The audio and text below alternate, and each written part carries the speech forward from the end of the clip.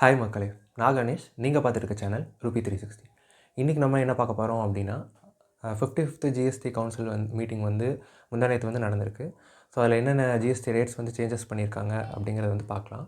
So அதுக்கு முன்னாடி GST ஒரு சின்ன recap. GST goods and service tax 2017 July 1 அன்றைக்கி ஸ்டார்ட் பண்ணுது. ஸோ இதுக்கு முன்னாடி என்ன டேக்ஸ் இருந்தது, அதுக்கு இப்போ இது இம்ப்ளிமெண்ட் பண்ணக்கப்புறம் என்ன ப்ராப்ளம் வந்தது, இல்லை என்ன பெனிஃபிட் வந்தது அப்படிங்கிறதெல்லாம் நம்ம இன்னொரு நாள் கண்டிப்பாக பார்க்கலாம். 4 ஸ்லாப்ஸ் இருக்குது. 5% ஒன்று, 12%, 18%, அப்புறம் 28% இருக்குது.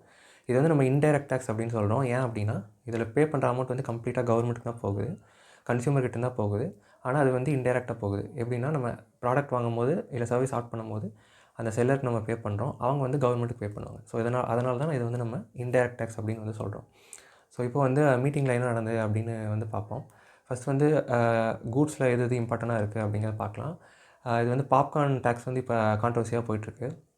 அது என்ன அப்படின்னா கேரமல் ஃப்ளேவர் பாப்கார்னுக்கு 18% ஜிஎஸ்டி போட்டாங்க அப்படின்னு சொல்லி இதுக்கு கான்ட்ரவர்சியாக போயிட்டுருக்கு. இது என்னென்னு நம்ம பார்த்தோன்னா, இப்போ 5% ஜிஎஸ்டி இந்த அன்பேக்டு இருக்கும், டிரான்ஸ்பரண்ட் கவரில் இருக்கும். ஸோ அதில் 5% ஜிஎஸ்டி, அதுக்கப்புறம் 12% ப்ரீ பேக்டு. பேக்கெட்டில் வந்திருக்கு அப்படின்னா, பேக் பண்ணி வந்திருக்கு அப்படின்னா அது 12% ஜிஎஸ்டியும், இதே கேரமல் ஃப்ளேவராக இருந்தால் அது 18% ஜிஎஸ்டியும் சொல்லியிருக்காங்க. ஏன் இது 18% அப்படின்னா சுகர் கண்டென்ட் அதில் ஆட் பண்ணுறதுனால அதை 18% போட்டிருக்கதா சொல்கிறாங்க. So next second hand vehicle. இது பார்த்திங்கன்னா இவி வெஹிக்கிள் நம்ம வாங்கும்போது 5% ஜிஎஸ்டி கட்டுவோம் புதுசாக வாங்கும்போது. இதே செகண்ட் ஹேண்டில் வாங்கினோம் அப்படின்னா அது 12% இருந்தது, இப்போ அது 18% மாறிடுச்சு. ஸோ இதனால் செகண்ட் ஹேண்ட் மார்க்கெட்டில் இவி நம்ம டிஸ்கரேஜ் பண்ணுற மாதிரி அர்த்தமாகுது. இது எப்படின்னா இண்டிவிஜுவல் டு இண்டிவிஜுவல் பண்ணும்போது எக்ஸம்ட் தான் எப்போவுமே. பிஸ்னஸ் டு இண்டிவிஜுவல் பண்ணும்போது ஆல்ரெடி ஜிஎஸ்டி ரெஜிஸ்டர் பண்ணி ரீசேல் பண்ணுவாங்க இல்லையா, ஸோ அவங்ககிட்ட வாங்கும்போது தான் இது 18% மாறுது. நெக்ஸ்ட்டு எஃப்ஆர்கே அப்படின்னு சொல்லிட்டு ஃபோர்ட்டிஃபைடு ரைஸ் கர்னல் அப்படின்னு சொல்லிட்டு, இது என்ன கான்செப்ட் அப்படின்னா நம்ம அரிசி யூஸ் பண்ணுவோம், அதில் கொஞ்சம் நியூட்ரிஷன் ஆட் பண்ணுற மாதிரி அயர்னு இல்லை B12, ஸோ இந்த மாதிரி இதெல்லாம் ஆட் பண்ணி அதை ஒரு அரிசி பருக்கு மாதிரியே இது பண்ணுவாங்க. அப்போ 100 பருக்கு அரிசிக்கு ஒரு பருக்கு இந்த ஃபோர்ட்டிஃபைட் ரைஸ் ஆட் பண்ணுவாங்க. ஸோ இந்த ஆடட் ரைஸ் 18% ஜிஎஸ்டியாக இருந்தது, அதை 5% குறைச்சிருக்காங்க. இது ஒரு நல்ல சேஞ்ச் தான். நெக்ஸ்ட் பெப்பர், அதுக்கப்புறம் ரைஸின் எக்ஸ்பெண்ட் பண்ணியிருக்காங்க. அக்ரிகல்ச்சரிஸ்ட் அதை ப்ராடக்ட் சேல் பண்ணால் பெப்பரும் ரைஸினும். இது கூட்ஸில் மெயினாக இருக்கிறது. நெக்ஸ்ட்டு சர்வீஸில் மெயினாக எது சேஞ்சஸ் பண்ணியிருக்காங்க அப்படின்னா ஜீன் தெரப்பின்னு ஒரு இது இருக்குது. எப்படின்னா ஜீன் தெரப்பி ட்ரீட்மெண்ட் மெடிக்கலில் பண்ணுவாங்க. இந்த ஜீனை எடிட் பண்ணி ஏதாவது ஃபால்ட் ஜீன் இருந்துச்சுன்னா அதை இது பண்ணுறது மூலிமா அட்வான்ஸ்டாக ஏதாவது ஜெனட்டிக் சேஞ்சஸ், இது ஏதாவது டிஸார்டர்ஸை க்யூர் பண்ணுறதுக்கு அது யூஸ் பண்ணுறாங்க. இது எக்ஸ்பெண்ட் பண்ணியிருக்காங்க டேக்ஸ்லேருந்து. அப்புறம் சர்வீசஸில் வவுச்சர்ஸ். இப்போது வவுச்சர்ஸ் என்ன கான்செப்ட் அப்படின்னா, இப்போ நம்ம அமேசான்லலாம் கிஃப்ட் வவுச்சர் வாங்கியிருப்போம். கிஃப்ட் வவுச்சர் சேல் பண்ணுறது அமேசான் தான். இப்போ அவங்க சேல் பண்ணுறதுனால இப்போ சப்ளை சைடு கொடுக்குறதுனால அதுக்கு ஜிஎஸ்டி இருக்கான்னு இல்லை. ஏன் அப்படின்னா நம்ம ப்ரீபெய்டாக அமௌண்ட் பே பண்ணி அதை நம்ம வாங்குகிறோம், வாங்கி அதை நம்ம ஃப்யூச்சர் இதுக்கு யூஸ் பண்ணுறோம். அதனால் இது கூட்ஸ்லேயும் வராது, சர்வீஸ்லேயும் வராது. அதனால் இதை எக்ஸ்பெண்ட் பண்ணுறோம் அப்படின்னு சொல்லியிருக்காங்க. இல்லாட்டி என்ன ஆயிரும் அப்படின்னா இங்கேயும் டேக்ஸ் பே பண்ணி இந்த கிஃப்ட் வவுச்சரை வச்சு நம்ம ஏதாவது ரீசார்ஜ் பண்ணுறோம், எதாவது பண்ணுறோம்னா அது சர்வீஸ் ஆகும். ஏதாவது ப்ராடக்ட் வாங்குகிறோம் அப்படின்னா அது கூட்ஸ் ஆகும், அந்த இடத்துலையும் மறுபடியும் டேக்ஸ் கட்டும். அப்போ அது டபுள் டேக்ஸ் ஆயிரும். ஸோ இதை அவாய்ட் பண்ணுறதுக்காக சர்வீஸ் ஸ்டார்டிங் சைடில், அதாவது நம்ம வவுச்சராக வாங்கினோம் அப்படின்னா அது எக்ஸ்பெண்ட் பண்ணுறாங்க.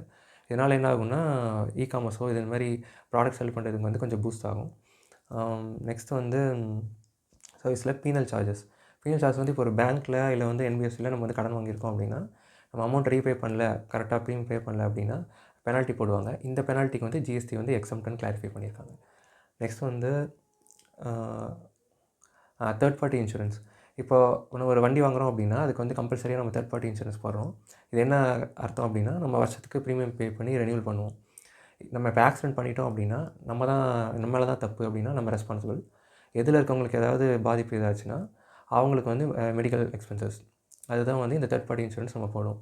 இதில் ஒரு கான்ட்ரிபியூஷன் அமௌண்ட்டாக இப்போ நான் ஒரு 1000 ருபீஸ் பே பண்ணுறேன் அப்படின்னா இல்லை 100 rupees motor vehicle accident fund அப்படின்னு சொல்லி அதுக்கு ஒதுக்குவாங்க.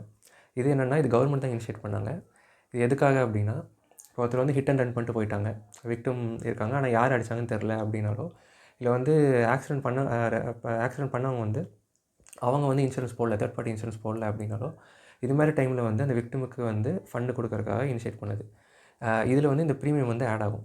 ஸோ அதனால் இந்த இப்போ ₹1000 ₹100 அதுக்காக நம்ம பே பண்ணுறோம் அப்படின்னா அதுக்கு வந்து ஜிஎஸ்டி வந்து எக்ஸ்டெண்ட் பண்ணியிருக்காங்க. இதனால் ப்ரீமியமோட ப்ரைஸ் வந்து கொஞ்சம் குறையும். ஸோ இவ்வளோ தான் மோஸ்ட்லி இருக்குது. இது போக வந்து 2 இதை வந்து தள்ளி வச்சுருக்காங்க. லைஃப் இன்சூரன்ஸ் அதுக்கப்புறம் ஹெல்த் இன்சூரன்ஸ் பற்றி இன்னும் சொல்லலை. அதேமாதிரி ஃபுட் பிளாட்ஃபார்ம்ஸ் ஃபுட் ஆர்டர் பண்ணுற பிளாட்ஃபார்ம்ஸ்க்கும் சார்ஜஸ் இருக்கா சொல்லியிருக்காங்க. இது 2 வந்து ஜான் மந்த் வரும்னு நினைக்கிறேன்.